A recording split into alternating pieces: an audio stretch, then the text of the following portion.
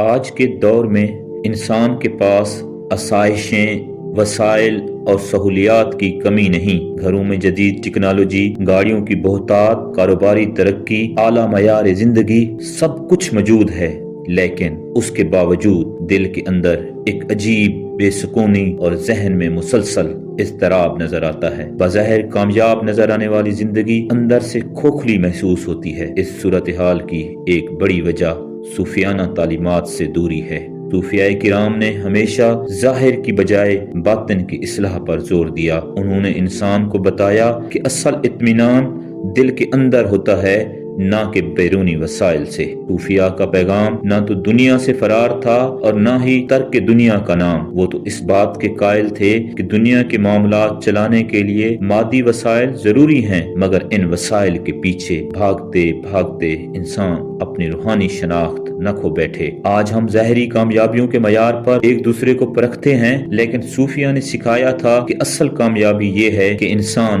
اپنے دل کو نفرت، حسد، لالچ اور تکبر سے پاک کرے۔ ان کی نظر میں روح کی پاکیزگی ہی انسان کی اصل پہچان تھی۔ ماضی میں جب لوگ صوفیاء کی خانقاہوں کا رخ کرتے تھے تو وہاں انہیں نہ صرف اللہ کی محبت کا درس ملتا، بلکہ ان کے دلوں پر جمی گرد بھی صاف ہو جاتی تھی۔ وہ روحانی سکون اور دل کی گہرائیوں سے اٹھنے والی خوشی کے ساتھ واپس لوٹتے تھے، مگر آج ہماری زندگیاں مادیت کے گرد گھوم رہی ہیں۔ ہم نے اپنی کامیابی کا معیار بینک بیلنس، گاڑیوں کی تعداد، فالوورز، شہرت اور نمود و نمائش کو بنا لیا ہے۔ نتیجہ یہ ہے کہ جتنا زیادہ ہمارے پاس آتا ہے، اتنا ہی مزید حاصل کرنے کی خواہش بڑھتی چلی جاتی ہے۔ یہ نہ ختم ہونے والی دوڑ انسان کو تھکا دیتی ہے اور دل کو بے اطمینانی میں مبتلا کر دیتی ہے۔ صوفیانہ تعلیمات ہمیں بتاتی ہیں کہ دل سکون تب پاتا ہے جب انسان اپنے اندر محبت، احسار، شکر، قناعت اور عفو کے جذبات پیدا کرے۔ صوفی اس دنیا میں رہتے ہوئے اللہ کی محبت اور انسانیت کی خدمت کو زندگی کا مقصد سمجھتے تھے۔ ان کی تعلیمات میں تحمل، برداشت اور دلوں کو جوڑنے کا درس ملتا ہے، مگر افسوس آج انسان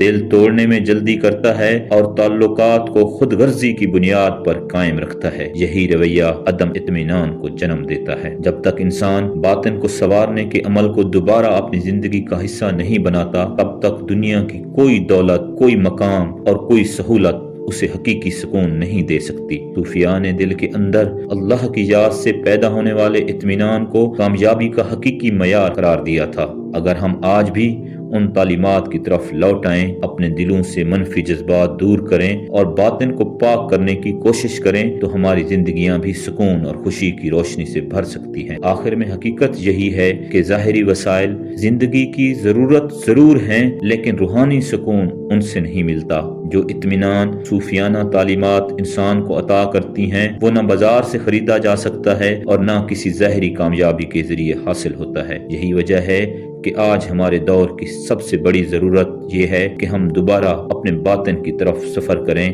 وہی سفر جو ہمیں حقیقی خوشی، محبت اور اطمینان کی منزل تک لے جاتا ہے۔